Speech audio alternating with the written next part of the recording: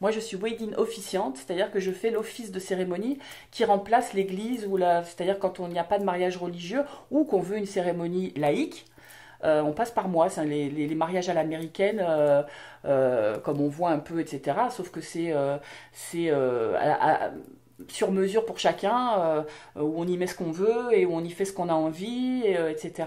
Moi, je m'occupe que de cette partie office, en coordination avec le wedding planner, le sonorisateur, le photographe, c'est une équipe, quoi.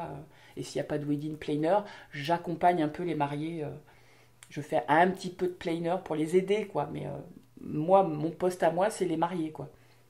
Et c'est du bonheur parce que là, c'est moi qui me retrouve derrière à les questionner sur leur vie, leur parcours, etc. Voir ce qu'ils veulent bien me livrer pour leur créer quelque chose de très personnel et de très joli, de communiquer avec les personnes susceptibles d'intervenir, les aider à créer ce moment unique. En général, hein, on se marie pas 50 fois.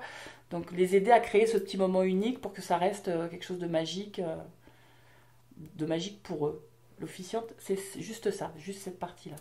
Et alors on rencontre des gens fabuleux. Ça m'est arrivé d'en refuser parce que j'estime que c'est un moment de partage où il faut que le feeling passe entre eux et moi.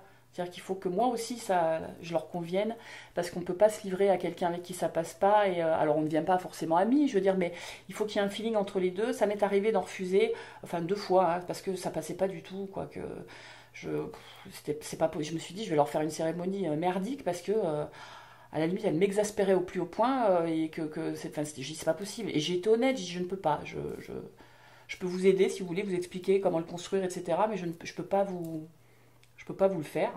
Elle était très désagréable. Et puis après, vous rencontrez plein de trucs différents, alors que ce soit les petits couples de petits jeunes qui démarrent dans la vie et qui croient au prince charmant, et tant mieux. Euh, Comme aux enfants, à pas leur dire que le Père Noël n'existe pas. Donc, donc l'accompagner cela, on coupera. D'accompagner cela, ou des renouvellements de vœux de personnes qui sont ensemble depuis 40 ou 50 ans et qui y croient encore, et ça c'est fabuleux de se dire que ça existe, ou des remariages et des gens qui se redonnent une chance d'aimer et d'être heureux, la mixité des couples aussi. J'aime beaucoup moi ça, quand tous les opposent et qui se retrouvent. Ça, je trouve ça merveilleux, quoi. J'ai un mariage là où il est musulman et elle est catholique et où les deux cultures sont complètement opposées parce que très ancrées dans leur culture, tous les deux, avec des familles très opposées à ça et qui ont quand même réussi contre vents et marées à construire leur amour, à avoir des enfants. Alors ils se marient là pour concrétiser tout ça des années plus tard, mais qui malgré tout et tous les obstacles qu'on a pu leur mettre, non, nous on s'en fout et on sera ensemble, et qui sont encore, moi je trouve ça magnifique, quoi.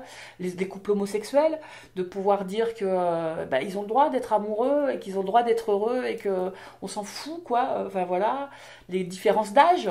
Il y en a que ça choque. Moi, je m'en fous. Si c'est sincère, je m'en fous. Parce que j'en ai rencontré où il était très très friqué et elle très très très jeune.